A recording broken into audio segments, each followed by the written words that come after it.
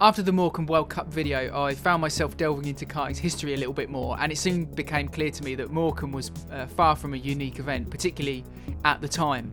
The history of the sport is littered with events that are just as, if not more outrageous than the World Cup. Some of them still run today, particularly abroad in North America and around the world, and some of you might be familiar with them. Others you'll be less familiar with, and I think it's vital that we talk about them because I think they demonstrate what a dynamic and unique motorsport karting is. And I think they can also teach us some valuable lessons. So first up, I wanted to talk about what was potentially the most dangerous karting event to have ever taken place. That's no understatement, it really is up there. And it was actually cancelled halfway through after a spate of serious accidents and injuries. And that event was the 1970 Plymouth Mayflower meeting. So this event came onto my radar after an iconic picture circulated on the British Historic Kart Club Facebook page. Unfortunately, all we have is images of the event, as no video seems to exist anywhere. The race took place in 1970 and was part of Plymouth's celebrations of the voyage of the Mayflower, which was an English ship that transported the first English Puritans, today known as Pilgrims, from Plymouth, England, all the way to the New World in 1620. I didn't look that up on Wikipedia, I promise. Karting magazine at the time wrote about the event prior to it happening and made the salient point of just how important prestige kart events were to karting, as they were able to draw a large amount of spectators rather than the plethora of kart events that go on outside of the public realm. And I think it's a message that still resonates today. If the sport is hidden away from the public, your growth potential is always going to be kind of limited. It's probably more difficult now to put on these events, particularly in countries like the UK, but I think even in 1970, Karting magazine were bang on the money there. The event itself drew a ton of entries, which included the likes of UK karting icon Mickey Allen. I think Karting magazine said that the dates clashed with the World Cup at Morecambe, which was unfortunate, but I don't know if that eventually played out. It had a ton of entries. The circuit itself was located around the lanes of the Central Park in Plymouth.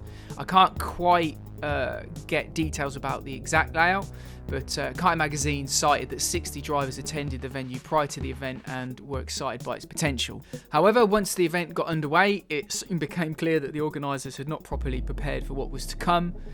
Karting was still a relatively new sport back then. I mean, it must have been, 15 years old, really? So you can forgive the organisers for maybe underestimating the speed of the karts and the potential for serious injury.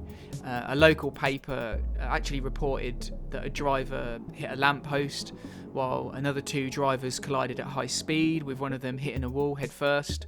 I mean, other stories include drivers hitting unprotected benches. I mean, there's no doubt here, this was an unmitigated disaster. The reports seem inconsistent, but by midday, the drivers and organisers rightly agreed to call off the meeting before anybody was killed.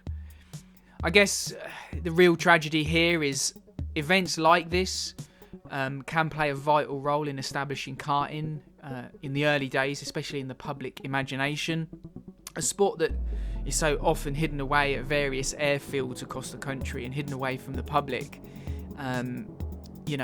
To get these kind of events, they're hugely important. I mean, if the organisers had just taken a bit more care in designing the layout, it could have become a staple event for years. Unfortunately, this was an event that would only happen once, and I guess that's hardly a surprise. It's a shame, really, because you see the pictures and it's amazing to see the karts flying through the air, and it's just a shame that the danger was so high. But I mean, and this is why I want to talk about the next event, which I'll move on now to the Quincy Grand Prix. And I guess this event is very much in the spirit of the Plymouth Mayflower meeting, except this one has survived and continues to this day. Now, some of you may already be familiar with the onboards that get published around the internet, but I've got this one up on the screen right now, and it blows my mind every time I watch it. I mean, watching KZs tackle this circuit is up there with watching a TT rider circulate around the Isle of Man for me. The speeds and precision needed here is just unreal. I mean, any small mistake and it's, a real big accident. Again, this event isn't unique as such, because it would appear it joins a group of street kart events in America that are quite common, and I think you see events like this in Italy as well. But But yeah, I think of the Streets of Lancaster, the Rock Island GP, these are all spectacular events in their own right. But this event in particular, just because of the speed and the flowing nature of the circuit, really captures my imagination. And as you can see from the onboards, I mean, it's just incredible. It's one of those events that it amazes me that, we talk about, I don't know, the Winter Cup at Lonato and maybe some of the bigger events at traditional kart circuits, and then we have events like this that are just on a different realm, a different planet. But it just deserves a bit of a shout out, really. And in terms of, to finish the video off, I wanted to talk about a bit more of a kind of left field event that happened in, I think it was about 1960, and I wanted to give it a brief mention because it's something I'd actually love to try today in a modern kart. Karting in its early days is a wonderful thing to behold, because was there anywhere no one didn't try and race a kart? I don't know. Anyway, the picture I've got up now is a kart race that happened on the Goblet Velodrome, which is in Welwyn Garden City, which is sort of north of London in the UK, and it's a cycling circuit, and I love it. I mean, the place is still there today, and I wonder if any of the cyclists there know, this little circuit around a athletics field was used for kart racing. I mean, it's just absolutely bonkers. I love it. I mean, that kind of racing I'd love to do today. It'd be so much fun. Anyway, that's enough for today. I hope that you maybe appreciate a video where you don't see my face the whole way through. I thought to try something different. If you enjoyed it, please check out my Patreon, and hopefully we can get back to normality once this COVID-19 stuff clears itself up, but we can get to finishing off the projects that we've got in the pipeline.